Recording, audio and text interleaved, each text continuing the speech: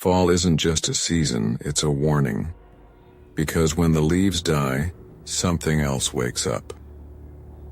Story 1. The Cornfield Walker. I grew up in rural Iowa, where cornfields stretched for miles in every direction. Our farmhouse sat at the end of a gravel road with nothing but corn surrounding us on 3 sides. Every October, after harvest season, those fields would be reduced to stubble and dead stalks, creating an eerie landscape that looked like a graveyard for plants. When I was 14, my parents started letting me stay home alone while they drove into town for their weekly Saturday errands. They'd usually be gone for 3 or 4 hours, giving me the whole afternoon to myself. I loved it at first. The freedom, the quiet, the chance to do whatever I wanted without anyone watching. It was the 3rd Saturday of October when things changed. I was in the living room playing video games around 2 in the afternoon. The sun was still out, but getting that pale, watery quality it has in late fall. That's when I heard it for the first time. A scraping sound, like something being dragged across gravel. I paused my game and listened. Nothing. I went back to playing, but 5 minutes later I heard it again. This time closer. I got up and looked out the front window. Our gravel driveway was empty. The road beyond it was empty. Nothing moved except the wind pushing dead leaves across the yard. But then I saw something that made my stomach drop. In the cornfield to the left of our house, maybe 50 yards out, someone was standing. Just standing there completely still among the dead stalks.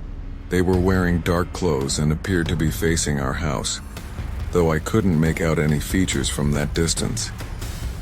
I told myself it was probably a hunter. Deer season had just started, and sometimes hunters would cut through our property despite the no trespassing signs. But something felt wrong. Hunters don't just stand motionless in harvested cornfields staring at houses. I moved away from the window, my heart beating faster. I tried going back to my game, but I couldn't focus. After 10 minutes, I couldn't help myself. I had to look again. The figure had moved. It was now maybe 30 yards from the house, still in the field, still facing our direction, still completely motionless. That's when real fear set in. This person had moved significantly closer without me seeing any motion. They had just appeared in a new position, like a photograph that had been altered between glances. I grabbed my phone and called my dad. No answer. I tried my mom. Voicemail. I sent a text to both of them. Someone is in the field watching the house. Then I locked every door and window I could find. I didn't want to, but I had to keep checking. Every time I looked out that window, the figure was closer. Not walking, not running, just appearing progressively nearer with each observation. 50 yards, 30 yards, 20 yards, 15 yards. By the 4th time I looked, they were at the edge of our yard. I could see them more clearly now, and what I saw made everything worse. They were wearing what looked like overalls and a wide-brimmed hat, but their face was wrong. Even from inside the house, I could tell something was fundamentally wrong with their face. It looked smooth and featureless, like someone had stretched fabric over where their features should be. I ran upstairs to my bedroom and locked the door. I could hear that scraping sound again now, much louder. It was coming from below, from right outside the house. Then I heard our back door handle jiggle. We always kept that door locked, but hearing someone try it made my blood run cold. The jiggling stopped. For maybe a minute there was silence. Then I heard footsteps inside the house. I don't know how they got in. I'd locked everything. But someone was definitely inside, moving slowly through the first floor. I could hear them walking from room to room, that horrible scraping sound accompanying each step. I called 911, whispering into the phone that someone had broken into our house. The dispatcher kept me on the line saying deputies were on the way, but I knew they were at least 15 minutes out. We lived too far from town. The footsteps reached the stairs. I watched my bedroom door handle, praying I'd remember to lock it. The footsteps climbed slowly, one stair at a time. Each creak of the old wood felt like a countdown. They reached the landing. I could hear breathing now. Wet, raspy breathing right outside my door. The handle began to turn. I'd locked it. Thank God I'd locked it. But then came a knock. 3 slow, deliberate knocks on my bedroom door. A voice spoke. It sounded wrong, like someone who'd forgotten how to form words properly. I saw you watching me. Why were you watching me? I didn't respond. Couldn't respond. My voice had completely abandoned me. I walk through these fields every day, every single day, and you were watching me. Another 3 knocks, harder this time. It's not polite to stare. I heard sirens in the distance, the most beautiful sound I'd ever heard. The breathing outside my door stopped. The footsteps retreated quickly down the stairs. I heard our back door slam open. When the deputies arrived, they found that door wide open, swinging in the wind. They searched the property and the surrounding fields, but found no one. What they did find disturbed them enough that they called my parents immediately. In the dirt of our backyard, there were footprints. Dozens of them. They came from the cornfield and circled our entire house multiple times. The deputies said the prints suggested someone had been walking around our property for hours, maybe even all morning before I'd noticed them. The prints went right up to every window on the first floor, as if someone had been looking inside while I'd been alone. But here's what really scared everyone. The back door that had been opened? It was locked from the inside.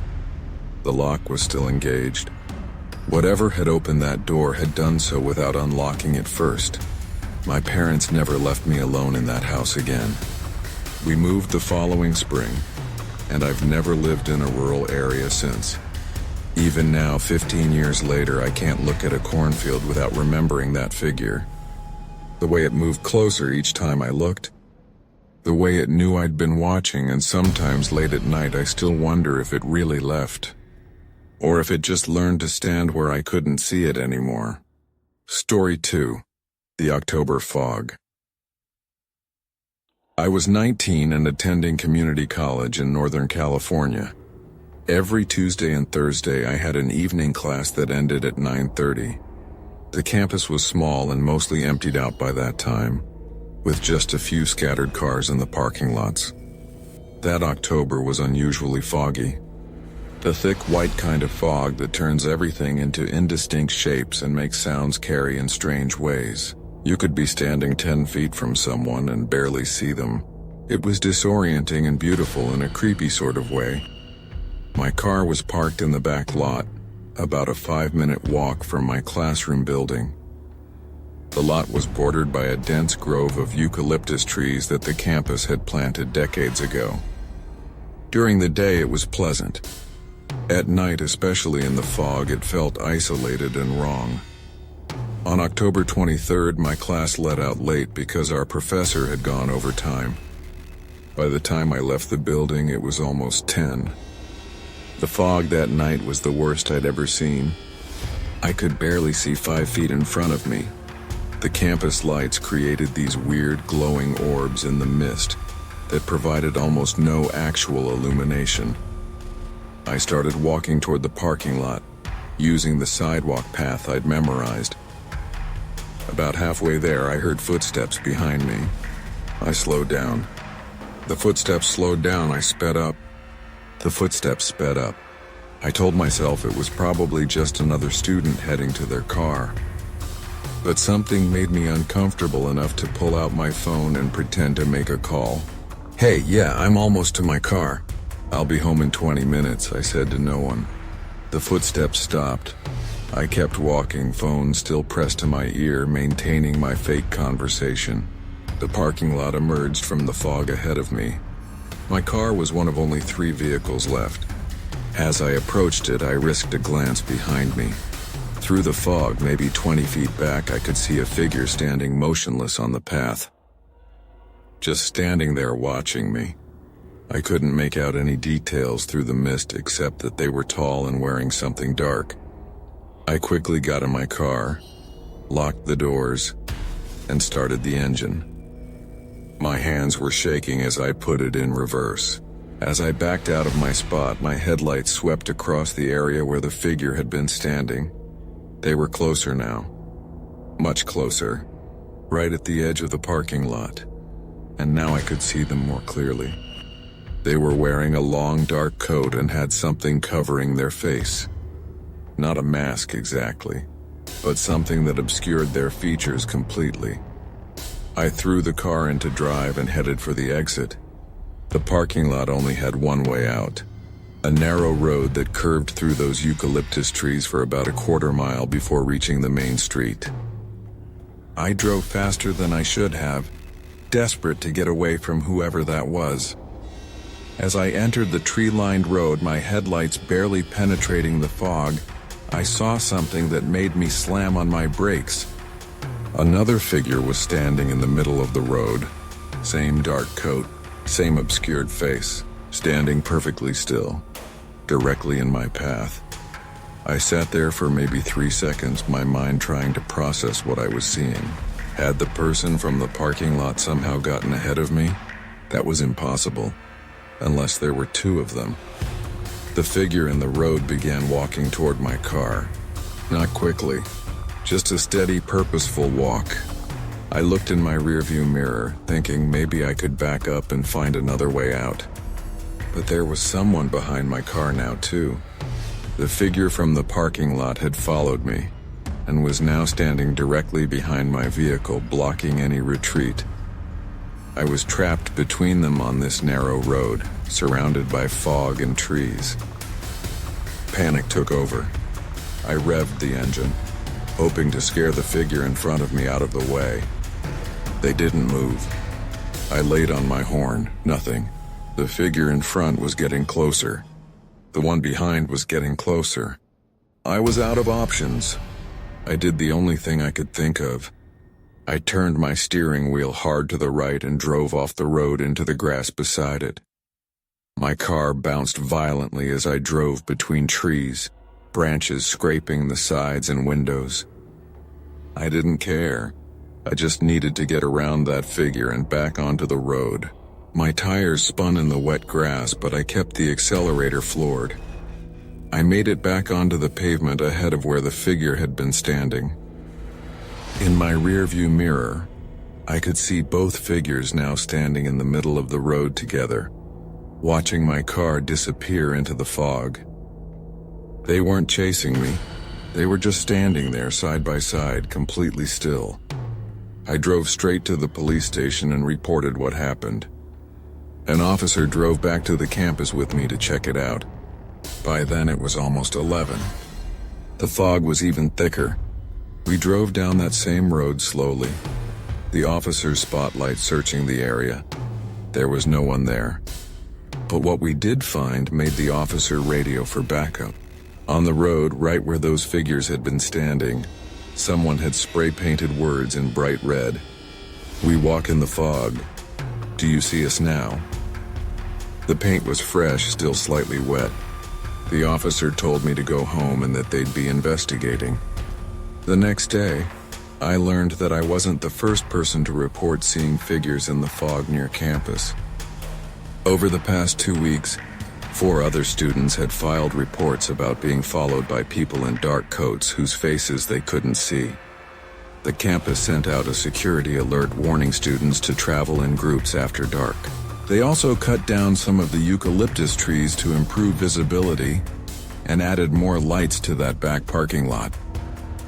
But here's what the school never announced publicly, what I only learned because I became friends with one of the campus security guards. On October 24th, the day after my encounter, they found something in those eucalyptus trees. Someone had built a small campsite there, not a homeless encampment, something more deliberate.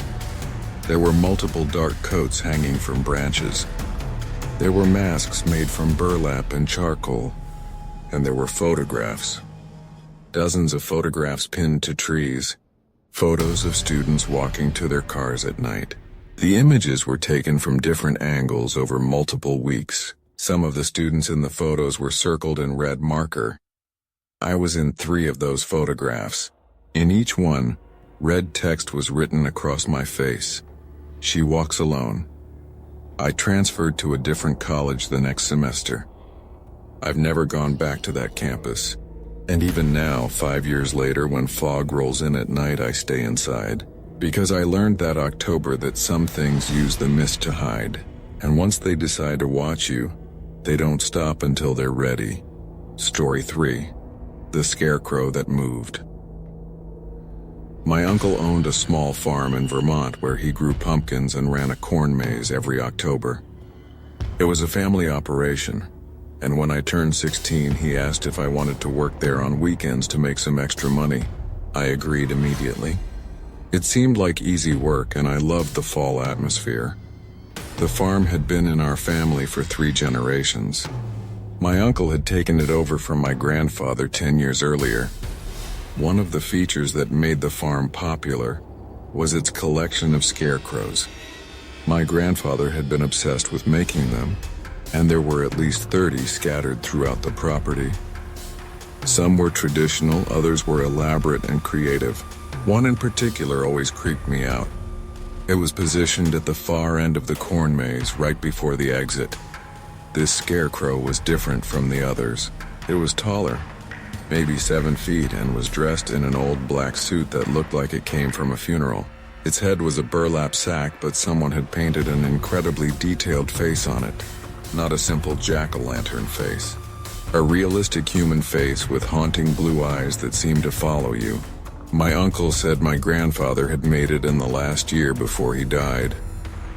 He'd worked on it obsessively, spending hours in his workshop perfecting it. When my grandmother had asked him why he was putting so much effort into a scarecrow, he'd apparently said, "Because this one needs to look real."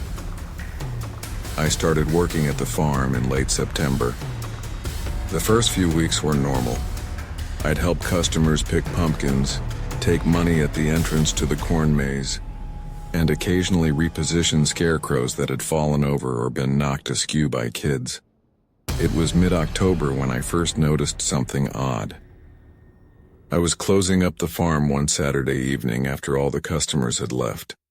It was my job to walk through the corn maze one last time, to make sure no one was still inside. The sun had just set, and that gray twilight that comes before full darkness was settling over everything. As I walked through the maze toward the exit, I could see that tall scarecrow at the end. But something was wrong. Its position looked different. The scarecrow was supposed to be standing with its arms out to the sides like it was welcoming you to the exit.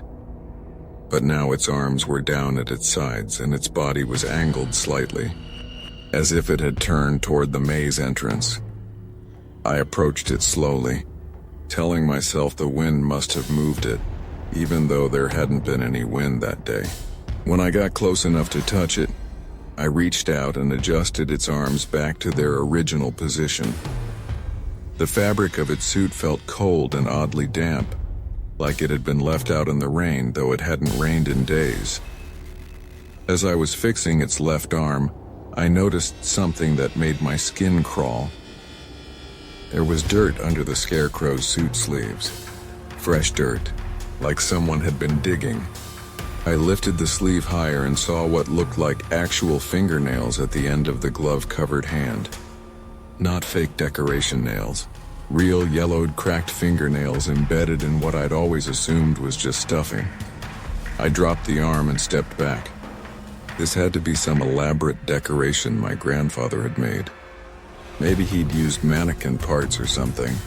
But why would fingernails be dirty with fresh soil?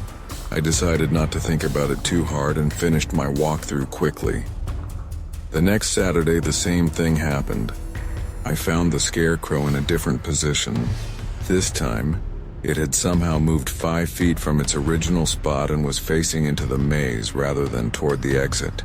Both times I was certain about its original position, because there was a specific patch of dirt where my uncle had asked me to always place it. I told my uncle about it, suggesting that maybe customers were moving it as a prank. He gave me a strange look and said, "The scarecrow moves every year." My father told me never to ask why. Just put it back where it belongs and don't touch it after dark. That should have been enough to warn me off, but teenage curiosity is a powerful thing. I decided to hide in the corn maze one night after closing to see if someone was actually moving it. I wanted to catch whoever was pranking us.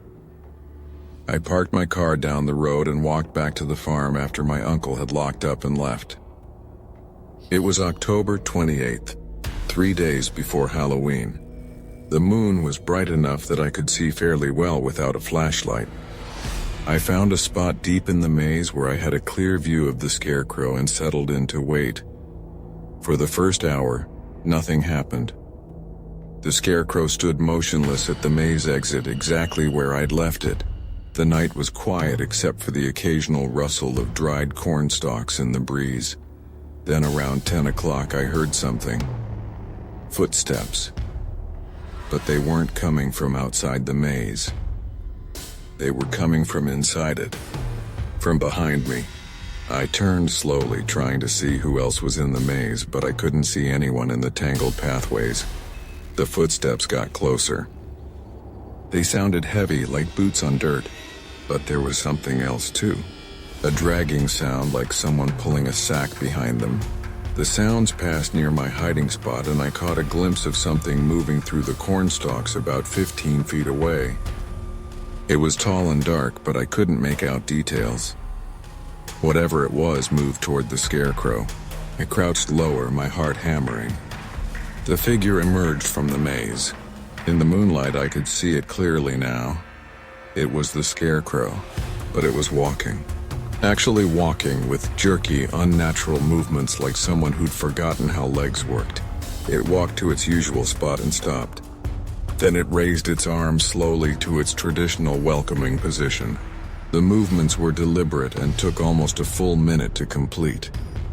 When it finished positioning itself, it went completely still. Just another motionless scarecrow on a farm, like nothing had happened. I didn't move from my hiding spot for another 2 hours. I was too terrified to stand up. Too scared that if I made any sound, that thing would turn around and walk into the maze looking for me. When I finally worked up the courage to leave, I crawled on my hands and knees to a different exit of the maze, one far away from that scarecrow. I never told my uncle what I saw. I quit working at the farm the next day, making up an excuse about needing to focus on school. He didn't seem surprised. He just nodded and said, "It's probably for the best." Years later, at my grandfather's funeral, he'd actually died when I was 8, but we had a memorial service when we finally cleared out his old workshop. I found something in a locked drawer. It was a journal, my grandfather's journal. Most of it was boring farm notes, but there were entries from his last month alive that made my blood run cold. October 15th. I've perfected him. He looks so real now. The others will never know the difference. I dressed him in Father's burial suit. It seemed appropriate. October 20th. I positioned him at the maze exit where he can watch. He needs to watch. That's his purpose now, to stand guard over the family land. October 27th. I saw him move last night. Just a little. His head turned when I walked past. I'm not afraid. I made him. He's mine to control. October 31st, he walks the maze at night, checking the pathways. He's protecting the farm just like I designed him to. The others think I'm crazy, but they'll understand eventually. He'll always be here, even after I'm gone. Watching, walking, waiting. That was my grandfather's last journal entry. He died on November 1st. I've never been back to that farm. My uncle still runs it every October. And that scarecrow still stands at the corn maze exit, welcoming customers with outstretched arms. My younger cousins work there now. I've warned them never to stay after dark, but they just laugh and say I'm trying to scare them. Maybe I am. Or maybe I'm trying to save them from seeing what I saw, from learning that some scarecrows aren't stuffed with hay and old clothes, and that some things our family made were never meant to stay still. Story 4. The Halloween Knock. I lived in a quiet suburban neighborhood in Massachusetts. The kind of place where everyone knew everyone, where kids rode their bikes in the street, and where Halloween was the biggest event of the year. Every house went all out with decorations. Some families started decorating in September. My family had lived on Maple Street for 15 years. I knew every family on our block. The Johnsons, the Pratts, the Hendersons. All good people. All normal people. At least that's what I thought. Halloween fell on a Saturday that year. Perfect timing for trick-or-treating. I was 17 and honestly too old to go door to door myself. But my parents had volunteered to hand out candy, so I was stuck at home helping them. We had about 200 pieces of candy ready to go. My mom had arranged them in a big bowl shaped like a witch's cauldron. She'd put up fake spider webs on our porch and set out those animatronic decorations that activate when someone approaches. You know the type. Zombies that groan and werewolves that howl. Trick-or-treating officially started at 6. By 6:15, we'd already had dozens of kids come by. Pirates, princesses, superheroes, the usual. Everything was normal and fun. My mom would coo over cute costumes while my dad tried to scare the older kids. Around 7:30, there was a lull in the traffic. Most kids were probably hitting the houses down the street or had moved to the next neighborhood over. We were sitting on our porch enjoying the cool air when we heard footsteps coming up our walkway. I looked up expecting to see a group of kids, but it was just one person. They were tall, probably an adult, wearing a costume that looked like a scarecrow, flannel shirt, overalls, straw hat, the works. But here's what was weird. Their face was completely covered by a burlap mask that had no eye holes. None. Just a blank burlap surface with a stitched smile. The person walked up our porch steps in complete silence. No trick-or-treat, no hello, nothing. They just stood there at the top of the steps facing us. Or at least I assumed they were facing us. Without eye holes, it was impossible to tell what direction they were actually looking. My mom, ever the friendly one, said, "Well, hello. Great costume. Would you like some candy?" The person didn't respond, didn't move, just stood there. My dad, starting to get uncomfortable, said, "We've got chocolate bars, gummy worms, all sorts of stuff. Help yourself." Nothing. No movement at all. The person might as well have been a statue. This went on for maybe 30 seconds, though it felt much longer. My parents and I exchanged confused glances. Finally, my dad stood up and said, "Look, if you don't want candy, that's fine, but we've got other trick-or-treaters coming." That's when the person moved. They raised one arm and pointed. Not at my parents. Not at the candy, at me. They were pointing directly at me. Then they knocked. 3 loud, deliberate knocks on our porch railing. A voice came from behind the mask. It was muffled and distorted, like someone speaking through layers of fabric. "I'll be back for you." Then they turned and walked down our porch steps, across our yard, and disappeared down the sidewalk into the darkness between streetlights. The 3 of us sat there in stunned silence for a moment. Finally, my mom said, "What on earth was that?" My dad tried to laugh it off. Probably just some teenager trying to be edgy. You know how kids are on Halloween. But I could tell he was unsettled. We all were. More trick-or-treaters came by after that, and we tried to get back into the spirit of things, but that encounter had cast a shadow over the evening.